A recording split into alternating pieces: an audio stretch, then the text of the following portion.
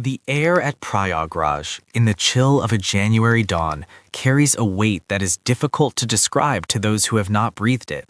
It is a suspension of wood smoke, incense, damp earth, and the exhalations of millions of human beings. We are standing at the edge of the Sangam, the confluence where the visible Ganges and Yamuna meet the invisible, mythical Saraswati. It is 2025, the year of the Mahakumbh, and the fog is lifting to reveal a spectacle that defies the logic of the modern world. As far as the eye can see, a sea of humanity ripples toward the water.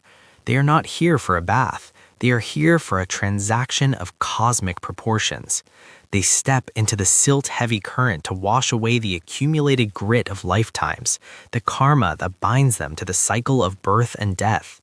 To the pilgrim wading chest deep, cupping the water in trembling hands to drink, this is not merely river water. It is Amrit, the nectar of immortality. Yet, shift your gaze just a few hundred meters downstream, or look at the glowing screens of a water quality monitoring station, and a jarring, discordant reality asserts itself. The sensors here are not measuring faith, they are measuring biology, and they are screaming a warning. The data for January 2025 is unequivocal. The biochemical oxygen demand, the standard metric for organic pollution, is far beyond the limits deemed safe for bathing, let alone consumption. Coliform bacteria counts are astronomical. By every objective scientific standard, the fluid flowing past these banks is a toxic soup of industrial effluent, untreated sewage, and agricultural runoff. This is the central tension of the Ganges today. It is a paradox that sits comfortably in the heart of the devotee, but uneasily in the mind of the observer. How can something be the ultimate purifier and yet be so desperately in need of purification itself? To understand this, we must look past the microscope and into the concept of the tirtha. In Hindu sacred geography, a tirtha is a crossing place. It is a ford, not just across a river, but across the turbulent ocean of existence, samsara. The Ganges is the supreme tirtha.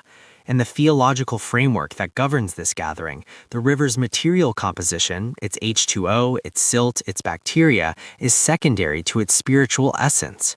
The pollution is viewed as a superficial layer, a temporary stain on a garment that is essentially indestructible. When a pilgrim drinks this water, they are not ignoring the filth. Many are painfully aware of the color and the smell. Rather, they are engaging in a profound defiance against the material world.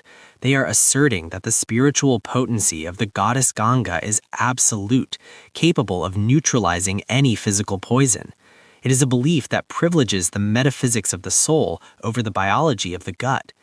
But as the ambulances weave through the crowds and the health clinics overflow, one is forced to ask, is this faith or is it a tragedy? The river and its capacity to absolve sin remains pristine in the eyes of the faithful, but the river and its capacity to sustain life is dying.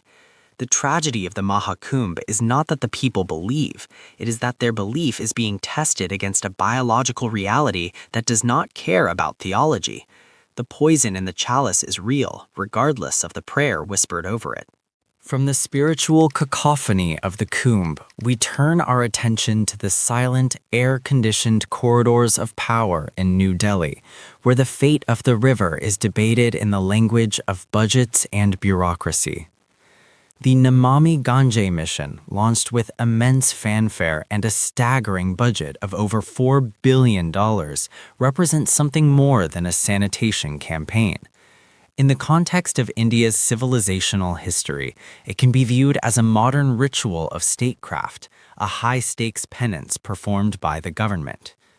Throughout Indian history, the legitimacy of the king was often tied to the prosperity of the land and the flow of the waters. If the rivers ran dry or turned foul, it was a sign that the ruler had failed in his dharma, his cosmic duty to uphold Rita, the natural order. Prime Minister Modi's pledge to clean the Ganges is therefore not just an infrastructure project, it is a restoration of that ancient covenant. But as we survey the river in 2025, the results of this massive undertaking are at best a patchwork of localized victories and systemic failures. There are bright spots. Biodiversity reports from late 2024 indicate the cautious return of the Gangetic river dolphin to stretches of the water where they had vanished for decades. These blind, highly sensitive mammals are the canaries in the coal mine. Their presence suggests that in certain pockets, the oxygen levels are rising and the water is breathing again. However, these pockets of life are besieged by a relentless tide of failure. The target for sewage treatment capacity, set with optimistic aggression years ago, sits at a disheartening 52% completion. The great industrial drains of Kanpur, famous for its leather tanneries, still vomit dark, chemical-laden sludge into the mainstream, often bypassing the very treatment plants built to catch them. The infrastructure is struggling to keep pace with the explosion of urbanization along the riverbanks.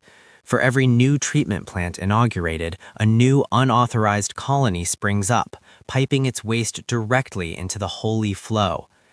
This gap between the promise and the reality highlights the immense difficulty of imposing a technocratic solution on a living, breathing, and chaotic cultural entity. The state is attempting to engineer a miracle, treating the river as a set of hydraulic variables to be managed. But the Ganges is not a canal. It is the lifeblood of 400 million people and the drain for their waste. The Namami Gange project reveals the limits of money and political will when pitted against the sheer scale of human output. It raises a difficult question about the nature of modern governance in a sacred land. Can the state truly act as the guardian of the divine? Or is the pollution of the Ganges a symptom of a deeper disorder, a violation of Rita that no amount of concrete and piping can fix? The government acts as the penitent king, pouring gold into the water, hoping to appease the forces of decay. But the river, heavy with the sins of the industrial age, continues its sluggish, burdened march toward the sea. To truly grasp why the Ganges remains polluted despite the prayers of billions and the dollars of billions, we must descend into the engine room of Hindu philosophy. We must untangle two Sanskrit concepts that are often conflated in the Western mind, but are distinct and separate in the Indian ethos: Shuddha and Swachh. Swachh refers to cleanliness in the physical, hygienic sense. A sterilized surgical scalpel is Swachh. A polished floor is Swachh. It is the absence of dust, germs, and grime. Shuddha, on the other hand, refers to purity in a ritual and spiritual sense. It is the metaphysical state of being fit for the divine. A drop of Ganges water, even if it is brown with silt, is Shuddha. It is potent. It has the power to purify other objects. Conversely, a bottle of distilled, triple-filtered water from a plastic factory might be Swachh, but it is not necessarily Shuddha. This distinction is the psychological dam holding back the cleaning of the river. For centuries, the devotee has operated under the assumption that the Ganges is eternally Shuddha. Because she is a goddess, descended from the matted locks of Lord Shiva, she possesses an infinite capacity to digest human sin and human waste. She cannot be defiled. To suggest that the goddess can be polluted is to some traditionalists a lack of faith. It implies she is merely water, subject to the laws of chemistry, rather than divinity, subject to the laws of grace. This theological immunity has allowed a culture of physical neglect to fester. We dump trash, ash, and sewage into her waters because we believe she is invincible. But a new wind is blowing through the chaotic streets of Varanasi and the ashrams of Rishikesh. We are seeing the rise of what some scholars call green Hinduism. A new generation of theologians and activists is arguing for a reinterpretation of these ancient categories. They contend that the pollution of the river is not just a physical nuisance, but a spiritual offense, a violence against the body of the goddess. They argue that one cannot revere the spirit while desecrating the form.